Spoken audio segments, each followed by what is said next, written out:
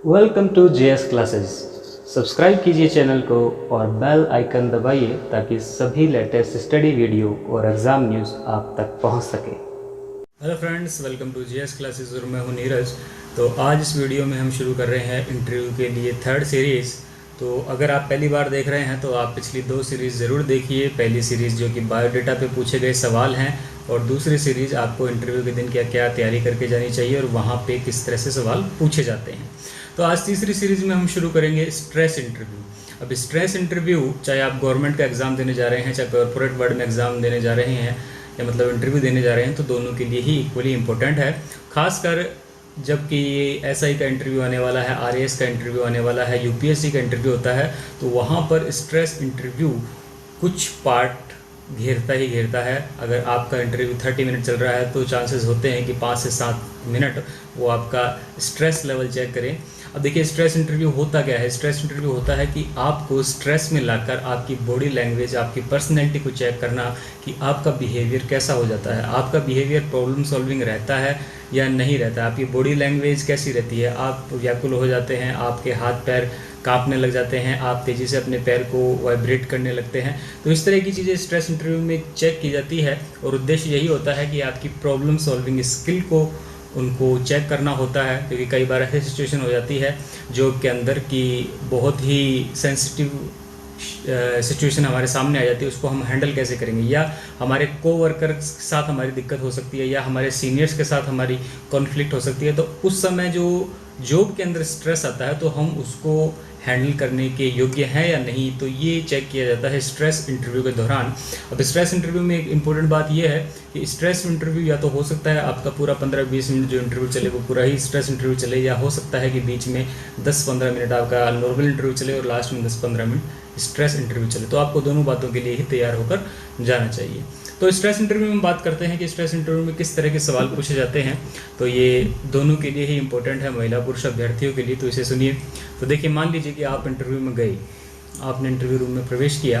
तो प्रवेश करने के बाद आपसे जब सवाल पूछने शुरू हुए तो आपसे फैक्चुअल सवाल पूछे जा रहे हैं। फैक्चुअल भी इस तरह के फैक्चुअल कि आप मतलब एक आम अभ्यर्थी से, या हम पढ़ के भी नहीं बता पाएंगे, इतना फैक्चुअल कि सन 1923 में किसको नोबेल पुरस्कार मिला, किस किस को नोबेल पुरस्कार मिला, या 1911 में किसको ऑस्कर मिला।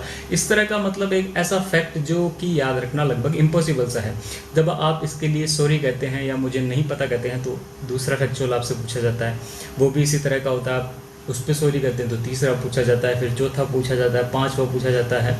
तो इस तरह से आप धीरे धीरे अगर इस चीज़ को समझ नहीं पाएंगे तो आप खुद ही स्ट्रेस में आ जाएंगे, और आप बाद में पूछे गए सिंपल सवालों का भी जवाब नहीं दे पाएंगे। 2013 के इंटरव्यू में मेरे साथ ऐसे ही हुआ था। जब मेरे बोर्ड में मीणा सर का बोर्ड था, तो उन्होंने जाते ही मुझसे फैक्चुअल सवाल किए, कम से कम 8 फैक्चुअल सवाल किए, जिसमें हर सवाल में मैंने सॉरी बोला, और 8वें सवाल के बाद मैंने ये कह दिया कि सॉरी सर, फैक्चुअल चीज़ें मुझे याद नहीं रहती, ना ही मैं पढ़ के आया हूँ। तब जाके सवाल चेंज हुआ। तो उन्होंने मुझसे पूछा कि चलिए आप बताइए फिर आपको क्या याद रहता है, या आप क्या पढ़ के आए हैं, आपसे क्या पूछा जाए। फिर मैंने बताया और फिर इंटरव्यू बहुत ही शानदार गया। तो अगर मैं उन 8 सवालों पे सॉरी कह के बोलता रहता और उसे चेंज नहीं करता, तो वहाँ पे मैं स्ट्रेस में आ सकता था। तो पहला जो मोड है स्ट्रेस इंटरव्यू का यही होता है कि आपसे फैक्चुअल सवाल पूछे जाएं।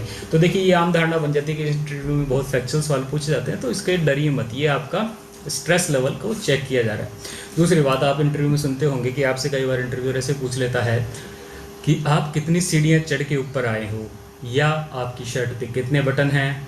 इस तरह के सवाल पूछ लिए जाते हैं। अब देखिए, इन सवालों का कोई जवाब नहीं होता, वो भी जानते हैं, है ना। जो स्ट्रेस इंटरव्यू ले रहे हैं तो वो जानते हैं। अब आप कितनी सीढ़ियाँ गिन के आए हो, उसके लिए आपको नहीं पता, तो आपको गिल्टी फील नहीं करना है कि मुझे नहीं पता सर, मुझे याद नहीं आ रहा। आपको एक अंदाज़ा हो जाना चाहिए कि अगर फर्स्ट फ्लोर पे आए हो तो 10-12 सीढ़ियाँ होंगी, सेकंड फ्लोर पे आए हो तो 20-22 सीढ़ियाँ होंगी। तो इस तरह से आप एक गैस कर दीजिए कि सर 20-22 सीढ़ियाँ हैं। तो फिर वो कहे कि आर यू श्योर, तो हाँ कह दीजिए कि सर मेरे को तो इतना ही गिना था, या मेरे मुझे इतना ही याद आ रहा है। और फिर इसके साथ ये कह दीजिए कि दोबारा जाते टाइम मैं सर क्रॉस चेक कर लूँगा। तो इससे इंटरव्यू का माहौल लाइट हो जाएगा, और आपका ये जो स्ट्रेस इंटरव्यू का सवाल है ये टल जाएगा। पहले ही सवाल से आप फ्री हो जाएंगे। या पूछ ले कि आपकी शर्ट पे कितने बटन हैं, तो इसमें कोई सोचने की बात नहीं है, ना ही गिनने की ज़रूरत है। तो आप कह दीजिए कि 5 या 6 बटन है, 7 बटन है। तो इसमें कुछ भी आपको हिचकिचाने की ज़रूरत नहीं है। ये तो बहुत सिंपल से स्ट्रेस लेवल को चेक करने के सवाल है। बाद में जो थोड़ा अगर लेवल अच्छा हो स्ट्रेस इंटरव्यू का, तो उसमें से पूछ लिया जाता है आपसे कि आपसे मतलब किसी चीज़ के बारे में कहा जाए कि आप इसे बताइए और आप बताने लगे, मतलब आपसे कहा गया कि आप अपने बारे में ही बताइए, अपनी एजुकेशनल क्वालिफिकेशन के बारे में बताइए, और आपने बताना शुरू किया, आपको बताते बताते 2 मिनट हो गए और फिर इंटरव्यूअर कहते हैं कि नहीं मैंने सुना नहीं, आप दोबारा बताइए। तो अब इस चीज़ में क्या करना है, आपको बिल्कुल स्ट्रेस नहीं लेना है। तो कहते हैं कि सर हाँ मुझे बिल्कुल दोबारा बताने में खुशी होगी, तो और ऐसा कह के आप शुरू कर सकते हैं। या आपसे किसी नीति पे, किसी पॉलिसी पे वो राय मांग रहे हैं कि ये पॉलिसी सरकार की ये नीति कैसी है, तो आपको वैसे भी कभी गवर्नमेंट की पॉलिसी को क्रिटिसाइज़ नहीं करना है वहाँ पर, है ना। ये हमेशा ध्यान रखिए, हमेशा भारतीय संविधान को, भारतीय आदर्शों को, भारतीय गवर्नमेंट की पॉलिसी को कभी भी आपको क्रिटिसाइज़ नहीं करना है। चाहे आपके सामने वो इस तरह से व्यवहार करें कि वो क्रिटिसाइज़ कर रहे हैं पर एक्चुअल में वो टेस्ट कर रहे हैं कि आप क्रिटिसाइज़ का साथ देते हैं या नहीं देते, तो आपको क्रिटिसाइज़ नहीं करना है। और वो आपसे ऐसे भी कह सकते हैं इसके बाद कि मैं आपसे सहमत नहीं हूँ, है ना, मैं आपकी बातों से सहमत नहीं हूँ, मुझे नहीं लगता आप सही कह रहे हैं, ऐसा भी वो आपसे कह सकते हैं किसी सवाल के जवाब पर। तो आपको कह देना चाहिए कि सर हो सकता है कि हमारे विचारों में अंतर हो इस मुद्दे को लेकर, पर ऐसी कोई बात नहीं है, जो मुझे लगता है मैंने आपको बताया। ठीक है, तो इस तरह से मैं आगे जाके इसमें दोबारा पढ़ने की कोशिश करूँगा या आपके एंगल को समझने का भी प्रयास करूँगा। इस तरह से आप अपनी बात को कह सकते हैं। इसके बाद जो सवाल पूछे जाते हैं वो आपसे पूछे जाते हैं कि ये इंटरव्यू आपसे कैसा जा रहा है, आप बताइए। आपसे पूछ ले कि आपका इंटरव्यू कैसा जा रहा है, तो आपको कभी ख़राब तो बताना ही नहीं है, अब बहुत अच्छा भी नहीं बता पाए तो कह दीजिए कि सर मेरे हिसाब से तो अच्छा ही जा रहा है। और आपने अगर एक भी सवाल का जवाब नहीं दिया है, मान लीजिए आपसे 8-10 फैक्चुअल प्रश्न पूछे हैं, आपने सॉरी कहा है और फिर पूछे कि आपका इंटरव्यू कैसा जा रहा है, तब भी कह दीजिए कि इंटरव्यू सर मुझे लगता है कि सही जा रहा है, पर कोइंसिडेंटली मुझसे ऐसे सवाल पूछे जा रहे हैं जो कि मैं पढ़ के नहीं आया या पढ़ नहीं पाया, तो मुझे मौका नहीं मिल रहा सर अभी अपनी बात को रखने का। तब वो आपसे ज़रूर पूछेंगे कि चलिए आप बताइए आपसे क्या पूछे। तो इस तरह से आपको अपनी बातों के द्वारा ही अपने इंटरव्यू को चेंज करना है ना। तो इस तरह से भी आप कह सकते हैं।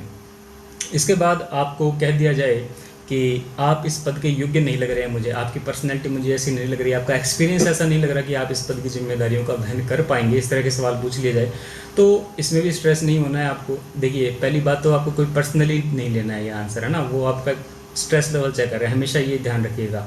अब अगर आप ये सुन चुन रहे हैं वीडियो तो बिल्कुल ध्यान रखिएगा कि मैंने इस तरह से आपको बताया था कि इस तरह के सवाल हो तो आपको पर्सनली नहीं लेना है। तो आपसे पूछा जाए कि आप मुझे योग्य नहीं लग रहे हैं, आपकी पर्सनैलिटी एक्सपीरियंस मुझे सही नहीं लग रही, तो आप पहले क्या करेंगे कि आप पहले बताएंगे इस पद के कर्तव्य, कि देखिए सर इस पद के ये कर्तव्य होते हैं और मुझे लगता है कि मैं इस पद पर अपनी कार्य क्षमता का बेहतर प्रयोग कर सकता हूँ, मुझे इस तरह लगता है। ठीक है, फिर वो आगे जो भी कही उस हिसाब से अपने सवाल को आप, अपने जवाब को आप मॉडिफाई कर सकते हैं। इसके बाद मैं आपको बताऊं, अगर आपसे इस तरह का भी सवाल पूछे गए हैं कि अगर मान लीजिए आपसे पूछ लिया जाए आपको कि आप मान लीजिए कभी रिश्वत लेते हुए पकड़े जाएं तो क्या करेंगे। अब आपको यहाँ पे ये नहीं शुरू कर देना है कि मैं इस तरह से करूँगा, तो पहली बात तो आप रिश्वत लेते पकड़े क्यों जाएंगे, है ना, इस बात का ध्यान रखना है। आपको यहाँ पे समाधान नहीं बताने हैं कि मैं रिश्वत लेता पकड़ा जाऊँगा तो अपने आप को निर्दोष साबित करने की कोशिश करूँगा, इस तरह की आपको पहले बता देना है कि इस तरह के काम आपको करने ही नहीं है, तो यहीं पे ये बात ख़त्म हो जाएगी। ये इसलिए बताया क्योंकि ये पूछा गया है यूपीएससी में सवाल। ठीक है, इस तरह से आपको अगले स्टेप पे नहीं जाना है, कई बार सवाल के पहले भी आके वहीं पे सवाल को ख़त्म कर देना है। कई बार आपसे ये पूछ लेंगे, जैसे पूछा गया है आरएएस के इंटरव्यू में कि आप जहाँ से आए हैं, जिस ज़िले से आए हैं उसकी अजमेर से, क्योंकि अजमेर में होता है आरपीएससी का इंटरव्यू और यूपीएससी का दिल्ली में होता है, तो जहाँ भी बोर्ड हो वो पूछ लेते हैं कि कितना किलोमीटर का ये डिस्टेंस ट्रेवल करके आए हैं आप। अब आप हो सकता है कि आपको ध्यान नहीं हो, अगर आपको ध्यान नहीं भी हो तो आपको अपनी जर्नी का टाइम तो पता ही होता है कि आप 8 घंटे चले हैं, 10 घंटे चले हैं, 12 घंटे चले हैं, तो पर किलोमीटर का आप 50-60 किलोमीटर से इसको मल्टीप्लाई करके एक अप्रोक्सीमेट अंदाज़ा दे सकते हैं। हो सकता है आपको कोई इस तरह से फैक्चुअल सवाल पूछ लिया जाए कि आप बताना तो चाहते हैं पर आप श्योर नहीं हैं, तो आप इंटरव्यू बोर्ड से परमिशन मांग सकते हैं कि सर मे आई गैस, तो वो आपको परमिशन देते हैं तो आप अपना गैस कर सकते हैं, है ना। कई बार ऐसे होता है कि हमें लगता है कि हाँ ये आंसर हो सकता है इसका, तो आप मे आई गैस कह के ये अनुमति ले सकते हैं। इसके बाद जो सवाल पूछे जा सकते हैं वो आप, मैंने बताया कि आप कितना किलोमीटर चल के आए हैं, ये जो अजमेर है या दिल्ली है ये समुद्र तल से कितनी ऊंचाई पर स्थित है, तो इस चीज़ को आपको बताना पड़ेगा। फिर आपको पूछ सकते हैं कि कोई 2 श्लोक सुनाइए या कोई दोहे बताइए, या गीता के कोई 2 श्लोक सुनाइए, गीता आपने पढ़ी है क्या। ठीक है, तो अब देखिए ये आरपीएससी में, आरएएस में इस तरह के सवालों का रहता है मैंने देखा है कई बार पूछे गए हैं कि ये राजस्थान में पानी की कमी रहती है तो पूछ लेते हैं पानी पर 2 श्लोक सुनाइए। तो पानी पर 2 कबीर दास के या सूरदास जी के 2 कबीर के दोहे याद कर जाइए, गीता के 2 श्लोक याद कर जाइए, और जो याद करके जाएं उनका अर्थ भी आपको पता होना चाहिए, है ना। तो 2 याद कर लीजिए, आप कोई इसमें बड़ी बात नहीं, किसी के भी 2 याद कर लीजिए। एक जॉब का इंटरव्यू दे रहे हैं तो ये सवाल पूछ ही लेते हैं कि गीता का जो निष्काम कर्म योग है, ये जो श्लोक है कर्मण्येवाधिकारस्ते, क्या ये व्यवहारिक जीवन में संभव है, ठीक है, क्या आप निष्काम कर्म योगी होकर कार्य कर सकते हैं। तो देखिए मेरा इसमें मेरी राय के हिसाब से तो आपको आदर्श आंसर नहीं, देखिए प्रैक्टिकल आंसर देना चाहिए कि प्रत्येक कर्म तो मनुष्य जो है फल की इच्छा से प्रेरित होकर ही करता है, पर कर्म को करते समय जो प्रक्रिया है, जो प्रोसेस है, उस समय फल के बारे में नहीं सोचना चाहिए, है ना। करते समय नहीं सोचना चाहिए, जब शुरू होता है तब जरूर उसके साथ कोई ना कोई फल तो जुड़ा ही होता है ना। ऐसा इस संसार में ऐसा कोई कर्म नहीं है जो बिना फल की इच्छा के किया गया हो। फल के प्रोसेस के आप जब कर रहे हो, कर्म को कर रहे हो, तब आपको फल के बारे में नहीं सोचना चाहिए। क्यों? क्योंकि अगर आप सोचेंगे तो आपकी उससे कार्य क्षमता प्रभावित होगी। तो ये एक व्यवहारिक आंसर है, ये आप दे सकते हैं। एक बात ध्यान रखिए, कभी भी आदर्श आंसर के चक्कर में मत पड़िए, हमेशा एक व्यवहारिक सोल्यूशन बताइए, व्यवहारिक उदाहरण बताइए, व्यवहारिक आंसर दीजिए। और इन सभी चीज़ों को हैंडल करने का एक ही तरीका है कि जब भी कोई ऐसा स्ट्रेसफुल क्वेश्चन पूछा जाए जो आप तुरंत रिप्लाई नहीं देना चाहते हो, तो आप एक लंबी सांस लीजिए, उनसे क्वेश्चंस को रिपीट करने के लिए कहिए, ठीक है।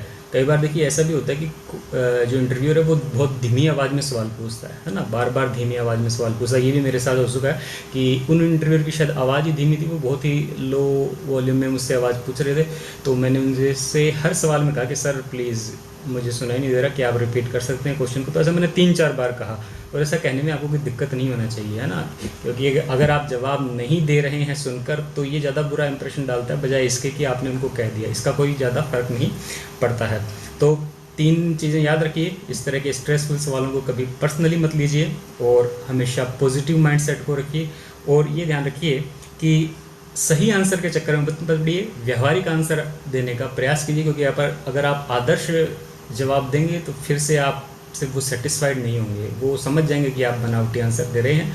एक व्यवहारिक आंसर दीजिए, पर व्यवहारिक आंसर भी मोरालिटी की सीमाओं के बीच में होना चाहिए। तो आज के इस वीडियो में इतना ही। अब स्ट्रेस इंटरव्यू का जो दूसरा पार्ट होता है सिचुएशनल क्वेश्चन, उस पर बात करेंगे हम अगले वीडियो में। सिचुएशनल क्वेश्चंस क्या होते हैं? सिचुएशनल क्वेश्चन इस तरह से पूछे जाते हैं कि मैंने आपको बताया कि अगर आपको ऐसा ही लगा दिया जाए और आपको सूचना मिले कि दंगा हो गया, कर्फ्यू हो गया, या आपके थाने को एक भीड़ जलाने का प्रयास करने लगे, तो इस तरह के जो सवाल होते हैं वो होते हैं सिचुएशनल क्वेश्चन। ये सिचुएशनल क्वेश्चन ये आपको स्ट्रेस में लाने के साथ साथ आपका लीडरशिप, आपका डिसीजन मेकिंग पावर चेक करने के लिए होते हैं। और इनके लिए कभी भी सॉरी सर या नो का जवाब नहीं देना चाहिए, है ना। स्ट्रेस इंटरव्यू में हमेशा ध्यान रखिए, इस तरह के जवाब नहीं देना चाहिए कि सर पता नहीं क्या करूँगा। तो इसके बारे में जो डिस्कशन है, रणनीति है, चर्चा है, हम अगली वीडियो में करेंगे।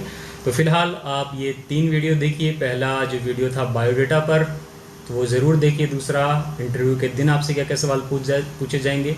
और एक ख़ास बात बताऊँ आपको, इंटरव्यू के दिन सुबह का अखबार पढ़ के ज़रूर जाना है, ठीक है। क्योंकि मोस्टली चांस होते हैं कि उस दिन कोई न्यूज़ आई हो तो उससे ही सवाल पूछ लिया जाए। और अखबार पढ़ते हों डेली, तो ये ध्यान रखें कि आप पत्रिका पढ़ते हो, चाहे भास्कर पढ़ते हो, चाहे कोई भी हिंदी इंग्लिश का न्यूज़पेपर पढ़ते हो, तो आर्टिकल वहाँ पे ज़्यादातर कौन लिखता है, उस राइटर का, लेखक का आपको नाम पता होना चाहिए, वो किस संदर्भ में आर्टिकल लिखता है ये पता होना चाहिए, कितने पेज का आपका अखबार आता है ये पता होना चाहिए, खेल जगत पढ़ते हो या समसामयिकी पढ़ते हो, ये कौन से पृष्ठ पे होते हैं ये भी आपको पता होनी चाहिए, ठीक है। जब अखबार आप पढ़ते ही हैं रोज़, तो ये सब आप चीज़ें अच्छे से एक बार इन्हें दोबारा देख लीजिए।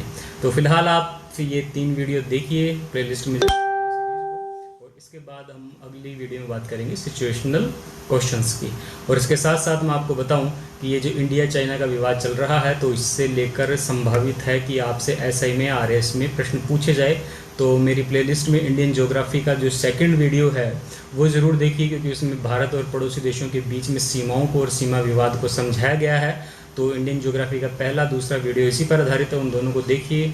राजस्थान के लोकेशंस की वीडियो हैं, उन्हें भी देखिए। शुरुआत के 2-3 पॉलिटी की वीडियो में बेसिक चीज़ बताई हुई है कि कितनी तरह की पॉलिटिकल व्यवस्थाएं होती है, उसे भी देखिए। तो ये सब चीज़ें देखेंगे तो आपका बेसिक बहुत अच्छा क्लियर हो जाएगा, है ना। तो ये सब चीज़ें इस चैनल की प्लेलिस्ट पे अपलोड है। तो चलिए मिलते हैं अगले वीडियो में, तब तक के लिए थैंक यू।